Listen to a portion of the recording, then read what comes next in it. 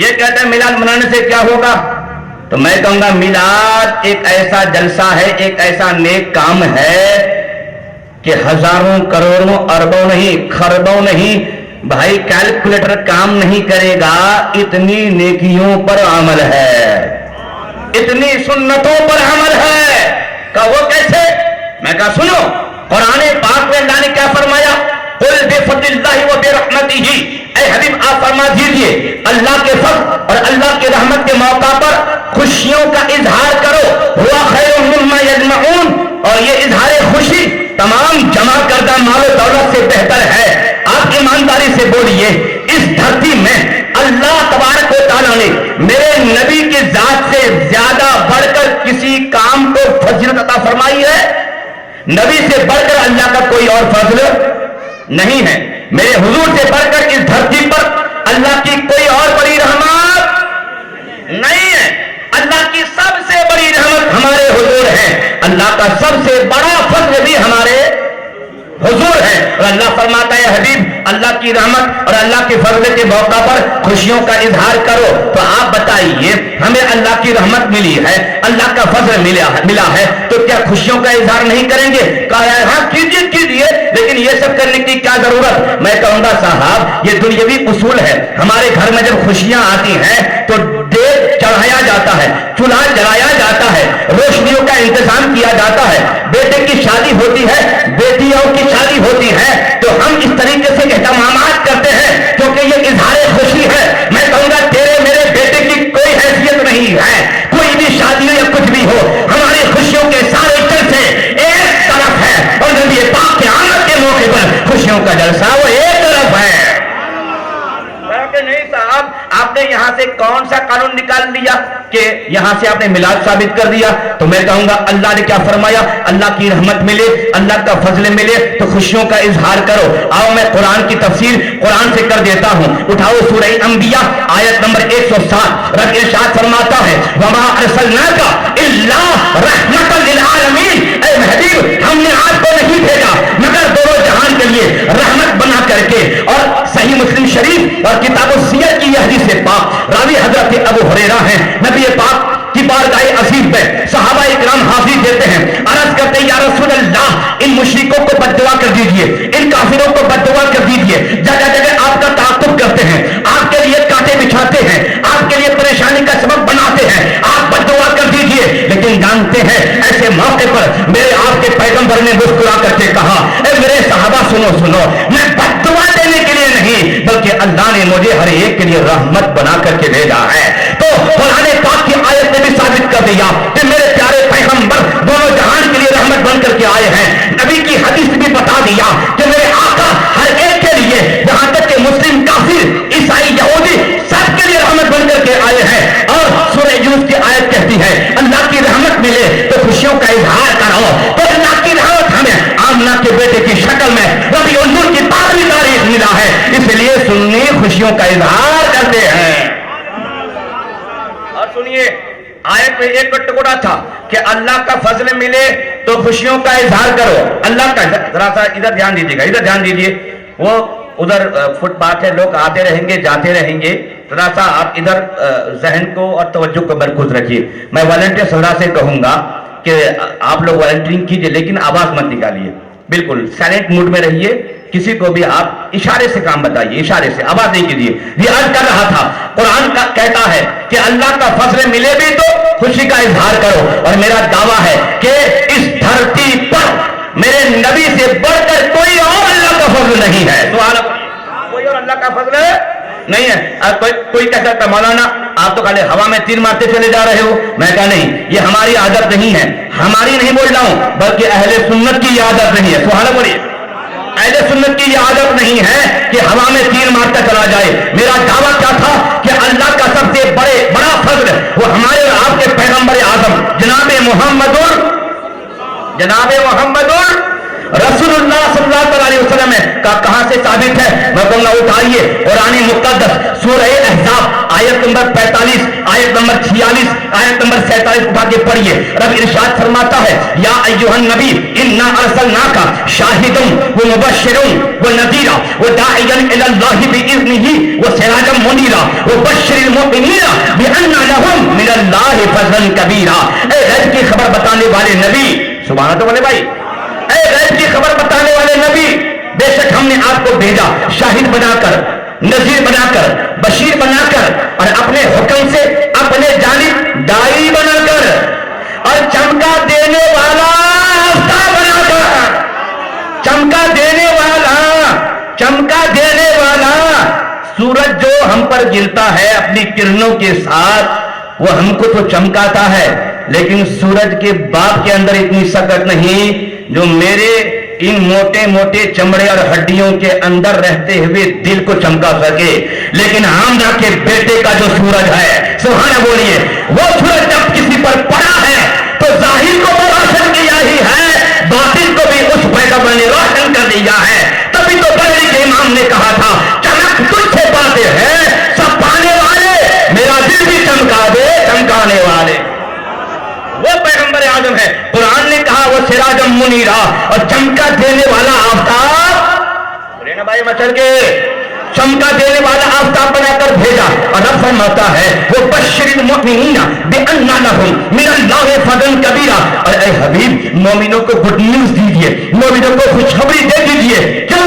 اس لیے کہ آپ کو جو میں پیغمبر بنا کے بھیجا ہوں، آپ کو جو نبی بنا کر بھیجا ہوں، آپ کو جو شاہد بنا کر بھیجا ہوں، آپ کو جو میں بشیر بنا کر کے بھیجا ہوں، آپ کو جو میں نذیر بنا کے بھیجا ہوں، آپ کو جو میں داعی بنا کر کے بھیجا ہوں، آپ کو جو میں چمکا دینے والا آفتاب بنا کر کے بھیجا ہوں، یہ مومنوں کے لیے اللہ کی طرف سے بہت بڑا فضل ہے. سبحان اللہ بھائی، یہ مومنوں کے لیے اللہ کی طرف سے بہت بڑا فضل ہے. اور یونس کی آیت کہتی ہے اللہ کی رحمت ملے، اللہ کا فضل ملے، خوشیوں کا اظہار کرو تو پوری دنیا کو یہاں گھٹنا ٹیک کر کے ماننا پڑے گا کہ اللہ کی رحمت اور اللہ کا فضل اگر کسی انسانی شکل میں ہم کو عطا ہوئی ہے تو ربیع النور کی 12ویں تاریخ ہے. وہ آمنہ کا بیٹا ہے، حضرت عبداللہ کا جگر پارا ہے، اور رب قدیر نے اپنے محبوب کو ہمیں عطا فرمایا ہے. بولے نا مچل کے سبحان اللہ. جی آج کرا تھا بھائی، ذرا ادھر دھیان دیتے رہیے. میں نے کہا تھا نا کہ آنا جانا ہوتا رہے گا، اور تقریر کے دوران مجھے یہ سب قطعاً پسند نہیں، ہوتا رہے گا. اور آپ لوگ ادھر ذرا فوکس کیجیے، دھیان دیجیے. بدرود پر اللہم صلی علی سیدنا شفیعنا حبیبنا مولانا محمد بارک وسلم. صلو علیہ صلاۃ و سلام علیک یا رسول اللہ صلی اللہ تعالی علیہ وسلم. تو میں نے قرآن سے ثابت کر دیا کہ اللہ نے ہمارے اور آپ کے پیارے نبی پاک کے میلاد کی قسم کھایا. سواری بولیں گے؟ اور ساتھ ساتھ سنیے، رب قدیم نے اپنے پیارے حبیب کی تشریف آوری کو بیان کیا قرآن میں. اب اٹھائیے سورہ توبہ آیت نمبر 128. رب قدیر کا ارشاد پاک ہے لقد جاءکم رسول من انفسکم عزیز علیہ ما عنتم حریص علیکم بالمؤمنین رؤوف رحیم. لقد جاءکم، تحقیق کہ تمہارے پاس آ گیا. وہاں نہ بولیے، تحقیق کہ تمہارے پاس آ گیا. لقد جاءکم رسول من انفسکم، تحقیق کہ تمہارے پاس تم ہی میں سے ایک رسول آ گیا.